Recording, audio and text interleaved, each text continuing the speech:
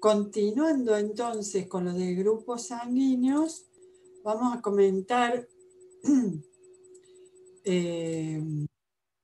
que entonces para transfundir hay que tener en cuenta si uno va a transfundir sangre entera, plasma solo, o en caso de una anemia severa se va a transfundir solamente las células.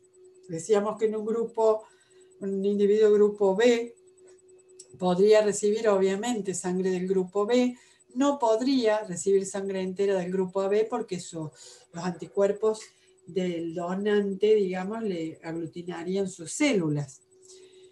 Y, por ejemplo, una persona del grupo AB podría recibir, por ejemplo, plasma de otro AB, pero no puede recibir plasma de ningún otro grupo porque serían atacados sus glóbulos rojos. En el caso de los glóbulos rojos del 0, sí se le podrían transfundir a la B porque no le generarían tampoco ninguna respuesta, pero no al plasma.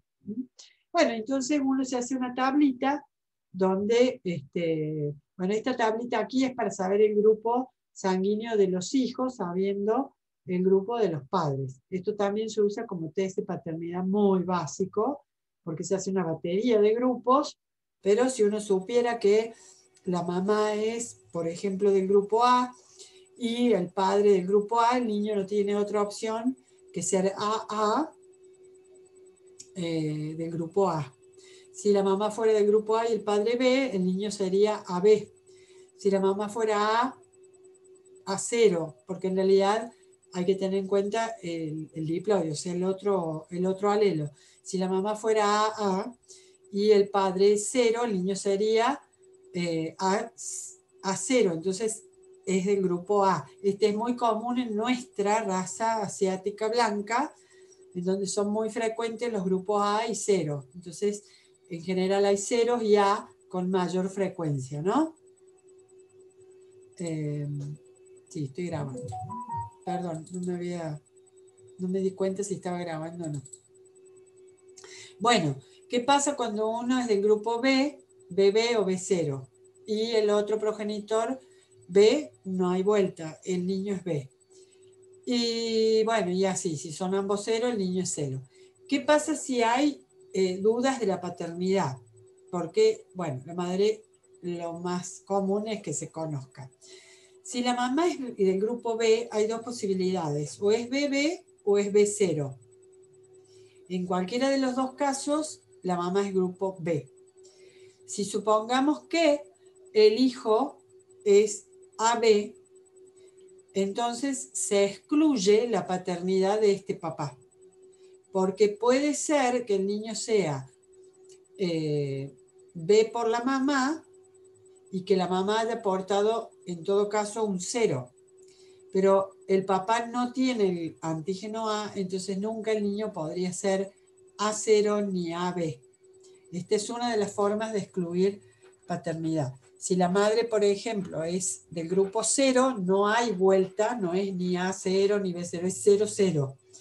Entonces, si el papá es B, el niño nunca podría ser del grupo B, sí, pero no podría ser, por ejemplo, A0 o 00 si el papá es bebé. Bueno, y así se completa con otros grupos antigénicos para excluir la paternidad. Esto es una tabla que nos muestra cuántos del grupo sanguíneo 0AB y AB hay en porcentaje de gente en la población, por ejemplo, blanca. La población blanca, como les dije recién, que en general nosotros pertenecemos a la raza asiático blanca, tenemos una preponderancia, un porcentaje del 44-43% del grupo A y 0. Esto es para la población de Estados Unidos, en la nuestra son un poquito más abundantes también los A. Y al final aparecen como en el menor porcentaje los del grupo AB.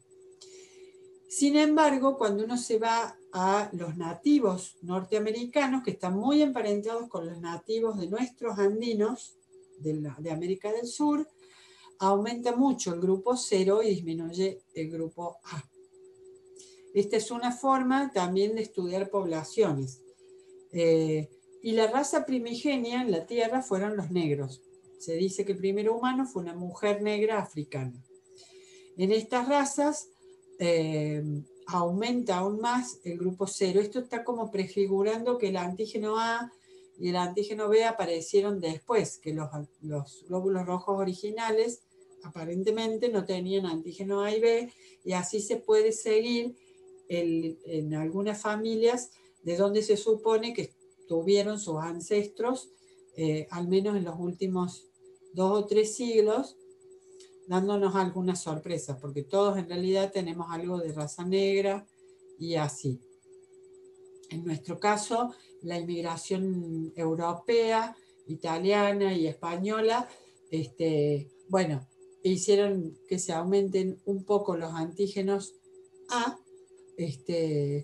pero los que están más cerca de la progenie, digamos, andina, baja mucho y aumenta el 0. Esto es solamente un dato anecdótico que les doy, pero sí vamos a pasar. Esto del dador universal y receptor universal está dado básicamente para la donación o transfusión de células, pero el mismo razonamiento se puede seguir para el plasma, ¿no?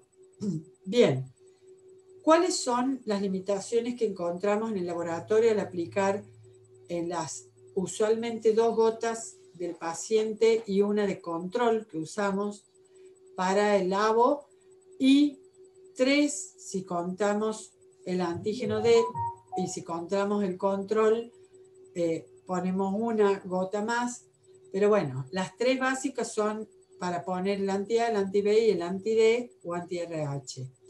Bueno, encontramos algunas limitaciones que dudamos si es una aglutinación o no, porque la reacción de aglutinación puede ser débil. En otros casos, en los recién naciditos, porque el glóbulo rojo del feto a veces no expresa totalmente el antígeno A en superficie, tiene pocos, o el B. Entonces puede dar reacciones débiles también. Cuando hay desórdenes de médula ósea o leucemias, cambia el perfil, y cuando hay tumores o cánceres, también puede cambiar un poco el perfil del glóbulo rojo, y entonces no dar falsos positivos, básicamente. Hay que tener mucho cuidado cuando el paciente se lo ha transfundido, porque ir a hacerle un grupo sanguíneo cuando ha sido transfundido nos puede confundir, obviamente, por haberle transfundido células que no son propias, que tienen, por ejemplo, si el paciente era AB y nosotros le hemos transfundido A, bueno, nos podemos confundir y decir que es A cuando en realidad es AB. Hay que tener mucho cuidado con la temperatura de los reactivos anti-A y anti-B, porque puestos sacados de la heladera, por ejemplo, que están fríos, pueden dar también errores en la técnica. Hay que lavar más veces con solución fisiológica antes de ver la aglutinación. Y en los grupos ABO a veces se ven falsos positivos, porque la aglutinación no fue para el anticuerpo, sino porque, bueno, estaba mal lavado el vidrio, porque quedó un resto de colorante de alguna otra prueba que hicimos antes, y entonces dar falsos positivos. En cuanto al otro sistema muy usado, que normalmente se informan juntos, que es el anti-D o anti-RH, tenemos que tener en cuenta que en las transfusiones se puede ver una exacerbación de la reacción del anti-D. ¿Y cuál es la otra diferencia? Muy importante.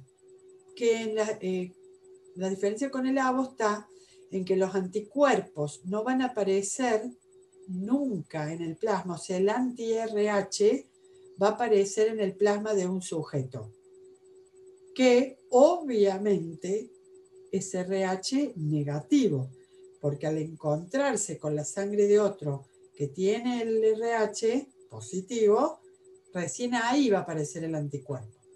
Esto es muy importante para lo que se llama la eritroblastosis fetal o la enfermedad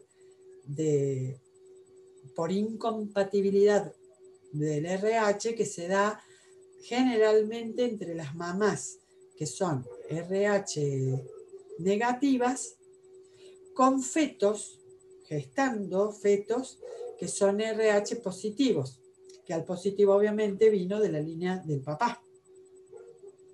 Entonces, una mamá que nunca, RH negativa, que nunca tuvo todavía un embarazo de un feto RH positivo, no necesariamente va a tener anticuerpos anti-RH en su plasma.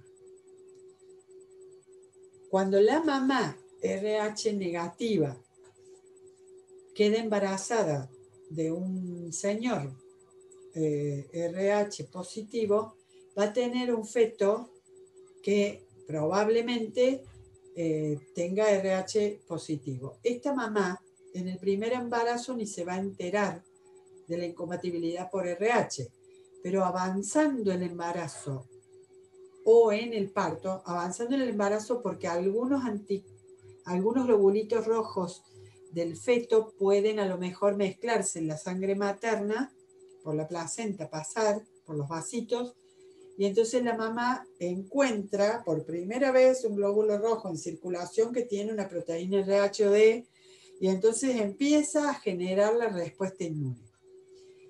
Pero como pueden ser muy poquitos esos glóbulos rojos, ella toma la impresión del antígeno, que normalmente no ocurre durante el embarazo, sino en el parto, porque ahí es donde se rompe los vasos de la placenta en el alumbramiento y ahí ella se entera de que existe un antígeno RH y genera la primera respuesta inmune, pero el feto ya salió.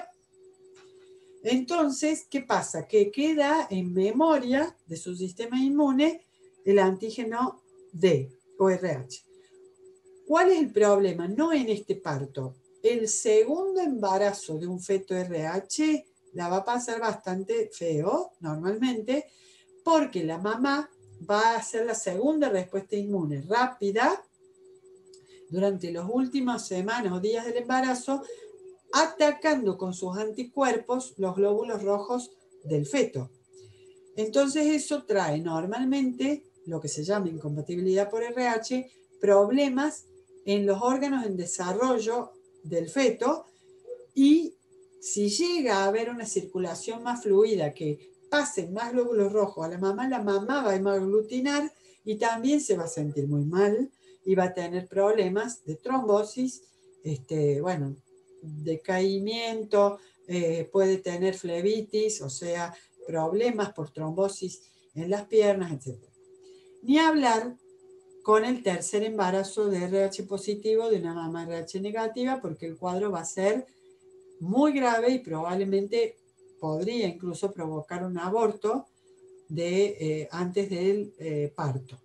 Entonces, ¿qué debemos hacer cuando la mamá es RH negativa y está gestando un feto RH positivo? Apenas se produce el nacimiento, los profesionales hacen una pinchadita del talón y hacen el grupo sanguíneo del feto y si se encuentra RH positivo con mamá RH negativa, se coloca lo que se llama la vacuna parto gamma para evitar la eritroblastosis fetal cuando esta mamá vuelva a quedar embarazada del segundo feto.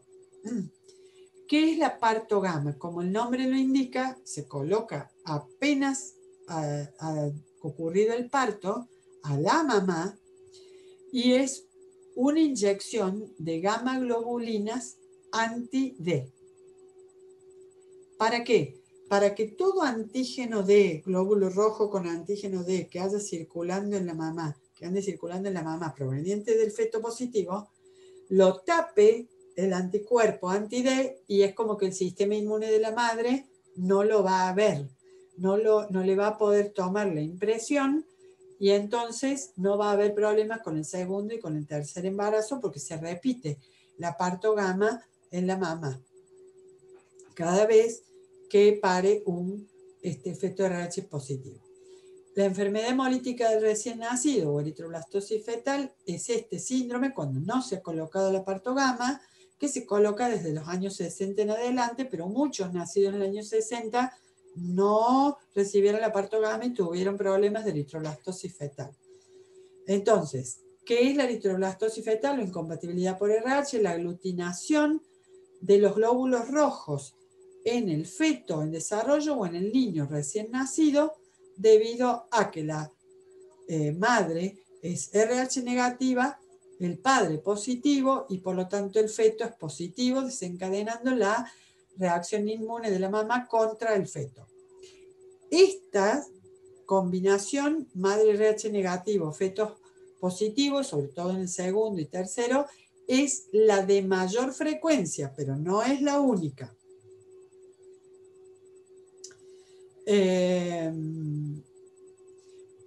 ¿Por qué digo esto? Porque también existe la combinación al revés, que la mamá RH positiva con un papá que es RH negativo tenga fetos negativos. ¿En qué caso?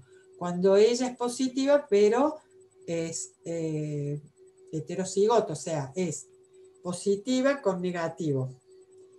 Los dos alelos, positivo y negativo. Pero, entonces, al haber un positivo, ella es RH positiva, lo tienen los glóbulos rojos, pero a algunos óvulos les manda, a la mitad de los óvulos manda negativo y a la mitad positivo. Entonces, a veces las mamás negativas, grupo A o, factor RH positivo, pueden tener con un papá negativo hijos negativos y no hay problemas.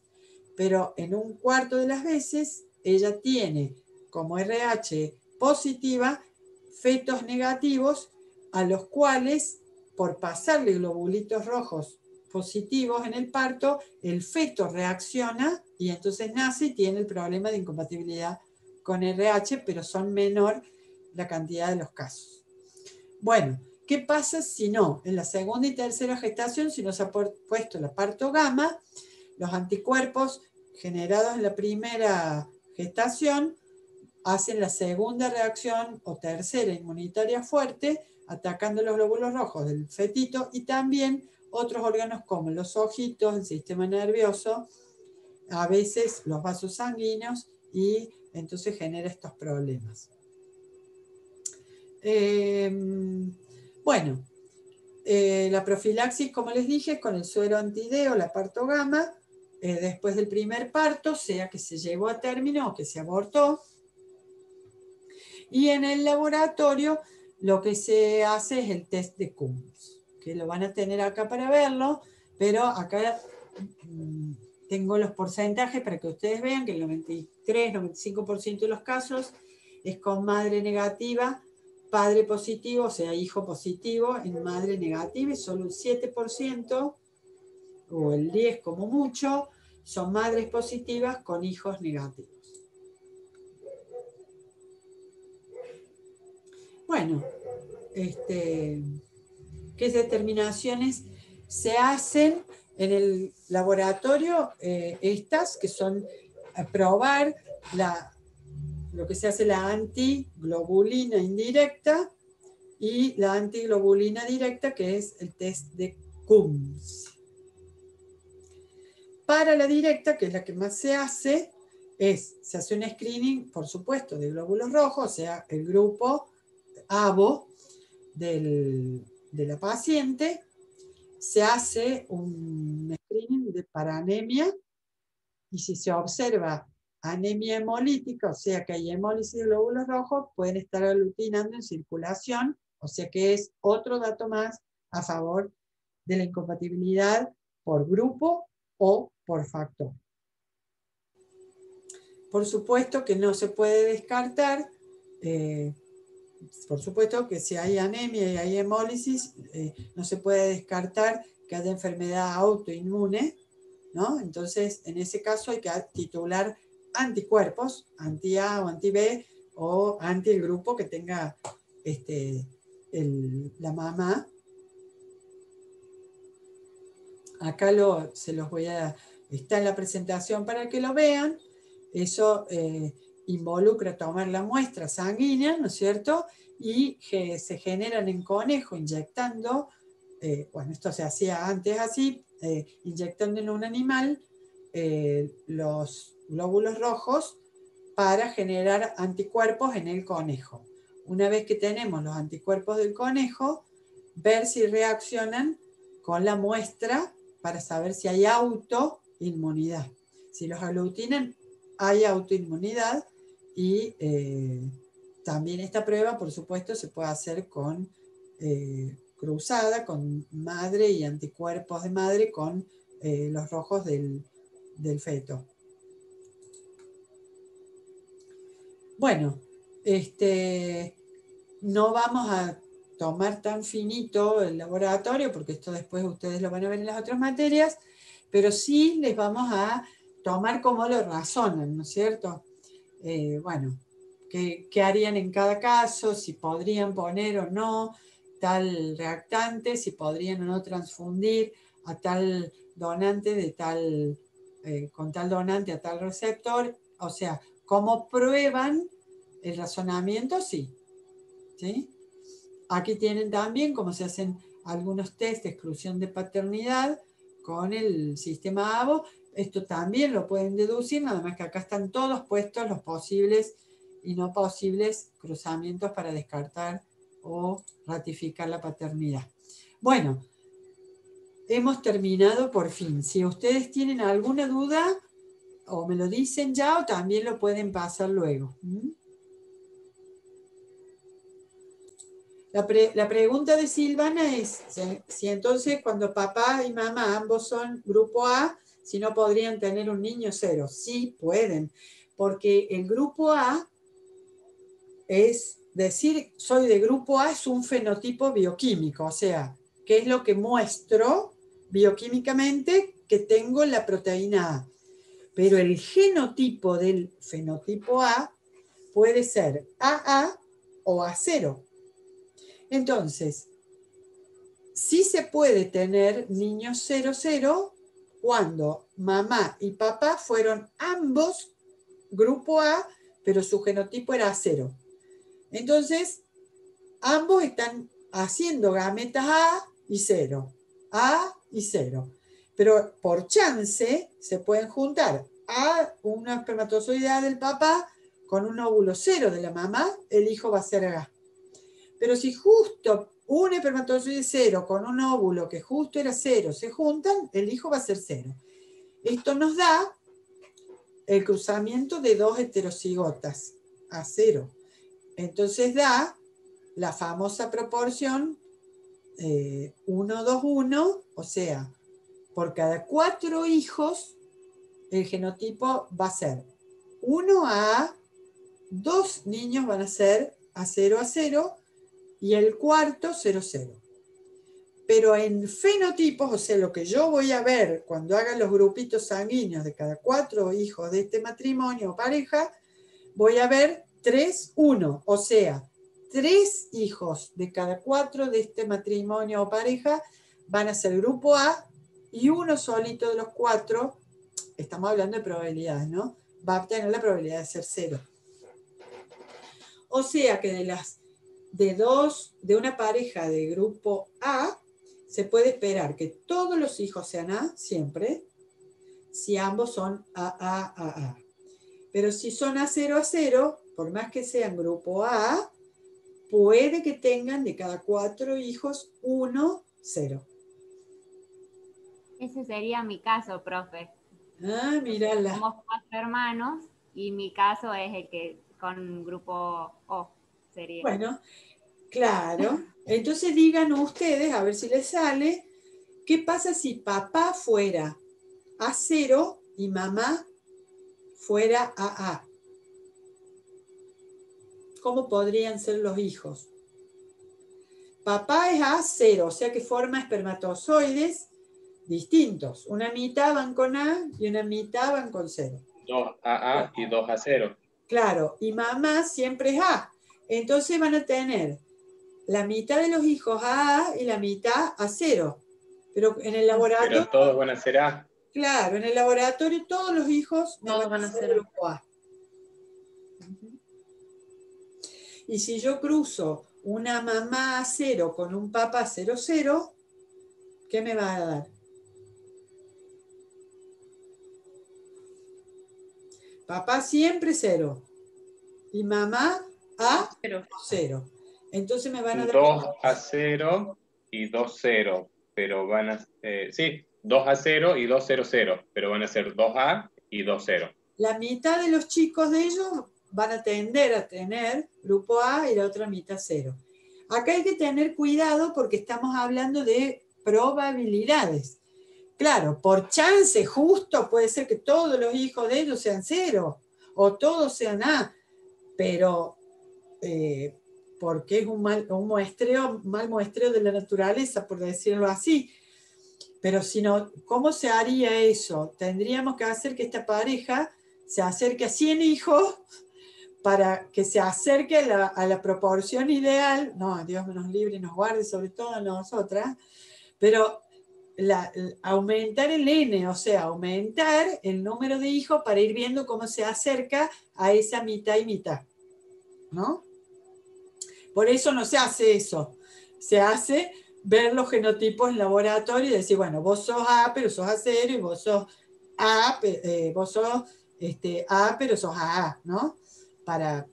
Se hace eso genéticamente para no tener que pedirles que hagan muchos niños. Bien, profe. Bueno, ¿Y cómo es en el caso de si es RH negativo o positivo? ¿También es como una probabilidad? es lo mismo.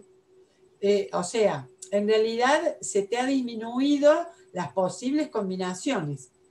Vos podés ser RH positivo por ser más y 0, ¿sí? O sea, ahí hablamos del positivo y el negativo es como un 0, no existe el RH, ¿no? Entonces vos podés ser RH positivo porque tenés más y nada, 0, ¿no? Podés ser RH negativo, que significa no, es 0, o sea, no tenés, es negativo porque es 0, no lo tenés al RH. Esa es la lotería mía. Claro, entonces, una mamá RH positivo sería como un más y un 0. Y un papá RH negativo sería 0. Entonces ella puede tener hijos RH negativos e hijos RH positivos. Siempre es de a 2 alelos. Entonces, ahora, una mamá que sea positiva, porque es positiva positivo, con un papá, sea 0, o sea negativo, siempre va a tener los hijitos positivos. Siempre. Porque ella siempre va a dar óvulos con positivo. Por eso la incompatibilidad por RH, si la mamá es positiva, es raro el caso, es un 7%, porque tiene que ser ella más, menos y concebir con un papá negativo, o sea, 0 o negativo, como le quieras poner. Entonces baja la probabilidad. ¿Sí? Bueno, ¿y otra duda hay? ¿No? Bueno, genial. Entonces hemos cerrado el inmuno. Terminamos acá este tema, ya para pasar a los sistemas como el cardiovascular, ¿no? Bueno, no me deja parar la grabación, pero sí quería agradecerles por estar haciendo aquí el aguante para terminar y no atrasarnos tanto con el cronograma. Así que gracias, hasta luego. Chao.